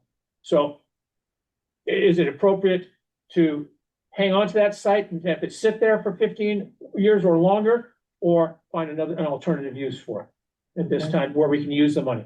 Mr. Rentiel, would you like to offer a rebuttal? Sure. I mean, there's no guarantee that it's gonna sit there for 15 years, Don. And the fact is that it was on the facilities master list right behind Stage, and it got bumped off. Mr. Crescenzi and then Mr. Makarian. But Prologis happens to be the 14th largest corporation on the planet. They're worth I forgot $115 billion. And a community benefit. It's entirely possible. There are possibilities out there. It doesn't necessarily have to be a bond. Okay, Mr. Crescenzi. I would just like to make an observation of if they were to build the housing. Right now, if you look at page 130, which is the demographic map of utilization of enrollment, Terra Hills, which is the school of record where these people would go. Now, it's an elementary school, but it's currently only 64% used by student body, right? If you look at the district as a whole, boundary lines are fluid. They change based on what the population is. The fact of the matter is, our district was designed with walking to school as the means of getting to school. Right. If you've been to an elementary school lately, almost no one walks to school. Almost everybody comes in a car. I'm not saying everybody, but almost. The elementary school where my daughter goes to school, there are about, 10% of the kids are coming to school walking. I see parents that I know only live around the block are picking up their kids in their car. So that's just the reality of where we are. So you have to look at the district as a whole for how the utilization is going to be. I understand, reality is, it sounds like Highland Elementary is the property that needs to be surplus, because it doesn't sound like it's going to be, when the time comes to renovate that school, it will probably not be cost effective to renovate it at the current site. And that will be the surplus property, not Harmon Knolls in the sense. But to wait on a prayer, that's the thing. There is a lot of moving parts here. Our district, our recommendations should be based on where our district is. And one of our district's biggest problems is its finances. And any piece of property is a drag on its finances. And identifying how it gets used is kind of key. And like I said, there are a lot of different moving parts here. Maybe one of the things that should be recommended, and I don't even know whether this is feasible, is that we surplus the property and give it to the pension fund and try to get the pension funds to build workforce housing for CalPERS members, CalSTRS members, because they have a real estate portfolio. I don't know. That's why I wish Mr. Carter was here, because I could ask him whether he'd heard of any proposals of that nature. There's a lot of, this goes back to, you had discussions previously, and the dynamic of the people who are on this committee today, I think, are very different than the dynamic of the committee that started in 2022, right? And so that level of expertise and knowledge, or just even playing the game of what if, is going to be very different. And those things should probably be considered, because ultimately that is the stewardship of the district, is to manage the public's money and to give the best outcomes of providing education to the kids who are in the district. Mr. McCarty? Yeah, I think the history of the site was that it was the one where the Division of State Architect, though, said this was the most suitable It's the for. only buildable site plan. So what that got me thinking was, well, what if Invictus portables were moved there? Or I was thinking of like because the rest of that site could then be and this could be a conversation for later. Is tomorrow there's the measure for the El Cerrito Library, which may fail, in which case El Cerrito would love to talk to the school district about a land swap or something for the Fairmont site to make Fairmont bigger. And then in turn, maybe make the rest of the Portal site developable for market rate housing or something. I don't know. I'm just speculating, Right. but being that this is the one site where the Division of State Architects says it's suitable, it just feels like if the district was concerned about letting it go of any property for the future, and it has the least strings attached for future building, and also it has no existing structures on site, although it costs money to, I'm sure, to maintain, to weed and keep people off the property. It probably costs the least as compared to like Adams or something. So, Mr. Ringfield? Yeah, I just wanted to add, it's 5 after, but there's a lot of things to discuss, and one of those is that it's the only school surplus property that's within the city limit. It's within the city of Richmond. It's not in an unincorporated area, besides El Cerrito being from Portola. So, Well, Adams is in Richmond. No, it's I think the only address is Richmond, but it's No, it's not. That's county, man. Yeah, bro. Wouldn't lie to you. Richmond Heights. Okay, so, observing that we are now 5 minutes over time. And we have, we can't necessarily conclude harm and Knowles, but I'd like to pick it up after we have our site visit. So, is there a motion to postpone further discussion of items E2 through E4 until after our site visit on the 22nd of June? So move. So, second, Second? second, Second. Any objection? Public comment? Public comment? I see no hands at this time. As well. We do I'm here have for you. public in case anybody was Really? curious. How many? There are public. I know, I related to some of them. So, so the meeting is now 8:06 approximately, and meeting is adjourned. I want to thank you all for coming, and I appreciate very much everyone's contribution. Thank you all. I will see you on the 22nd of June. On Portola, at Portola, to see Portola, next to Master Garden. Thank you. Thank you. Thanks, Good sir. evening.